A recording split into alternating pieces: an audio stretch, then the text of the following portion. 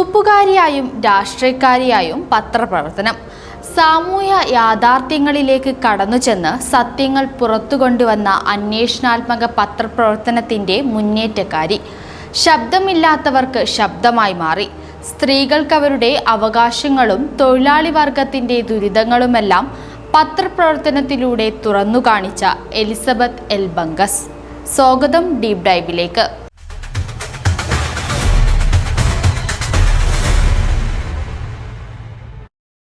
19-ാം നൂറ്റാണ്ടിന്റെ അവസാനം പത്രപ്രവർത്തനം പുരുഷന്മാർക്ക് മാത്രം അവകാശപ്പെട്ടതായി കണക്കാക്കിയിരുന്ന കാലമായിരുന്നു.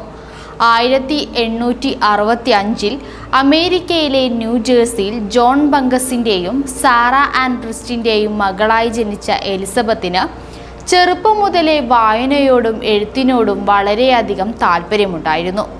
പഠിക്കുമ്പോൾ തന്നെ എലിസബത്തിന് പത്രപ്രവർത്തകയാവണം എന്നായിരുന്നു ആഗ്രഹം.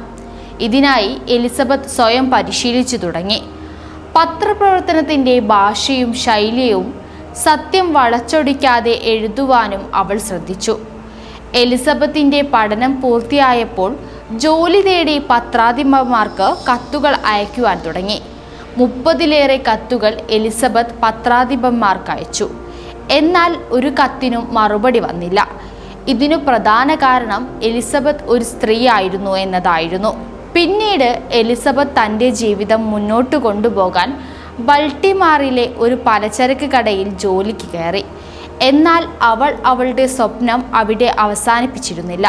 അതിനുള്ള പരിശ്രമങ്ങൾ തുടർന്നുകൊണ്ടേയിരുന്നു. ഒരു ദിവസം അവൾ all about A typewriter girl എന്ന ലേഖനം എഴുതി ഡെയിലി ഹാസ്ലർ എന്ന പത്രത്തിലേക്ക് അയക്കുകയും ചെയ്തു. ആ ലേഖനം അടുത്ത ദിവസം മുതൽ പത്രത്തിൻ്റെ പ്രധാന പേജിൽ വന്നു തുടങ്ങുകയും ചെയ്തു. ആ ലേഖനം മുതലാണ് എലിസബത്തിനെ എല്ലാവരും ശ്രദ്ധിക്കുവാൻ തുടങ്ങിയത്. എന്നാൽ ഒരു ന്യൂസ് പേപ്പർ ഗേൾ എന്ന ആശയം പത്രോടമയ്ക്ക് അംഗീകരിക്കാൻ കഴിഞ്ഞിരുന്നില്ല. എലിസബത്തിന്റെ ആഗ്രഹം പോലെ അവൾ പിന്നീടൊരു റിപ്പോർട്ടറായി മാറി. ലണ്ടനിലേക്ക് കുടിയേറിയ എലിസബത്ത് സ്റ്റണ്ട് ജേർണലിസം എന്നറിയപ്പെട്ട വേഷം മാറിയ അന്വേഷണാത്മക റിപ്പോർട്ടിങ്ങിലൂടെ പ്രശസ്തയായി. വീട്ടുജോലിക്കാരി, ഫാക്ടറി തൊഴിലാളി, തെരുവു തൂപ്പുകാരി, രാഷ്ട്രീയ പ്രവർത്തക തുടങ്ങിയ സ്ത്രീകളുടെയും തൊഴിലാളികളുടെയും ജീവിത ദുരന്തങ്ങൾ എലിസബത്ത് വാർത്തയാക്കി. ഈ വാർത്തകളിലൂടെ സാമൂഹ്യബോധം ഉയർത്തുകയും സർക്കാർ നിയമപരിഷ്കാരങ്ങൾക്ക് വഴിവെക്കുകയും ചെയ്തു. സ്ത്രീകളുടെ വോട്ടവകാശം, ലിംഗസമത്വം, വർഗചൂഷണം, ദാരിദ്ര്യം തുടങ്ങിയ വിഷയങ്ങൾ അവളുടെ എഴുത്തിൽ അവൾ കേന്ദ്രമാക്കി മാറ്റി. ഒരു പത്രപ്രവർത്തക പെൺകുട്ടിയുടെ ആത്മകഥ, കൗതുകയാത്രകളുടെ രേഖകൾ എന്നീ കൃതികൾ വനിതാ പ്രവർത്തന ചരിത്രത്തിലെ പ്രധാന രേഖകളായി മാറി.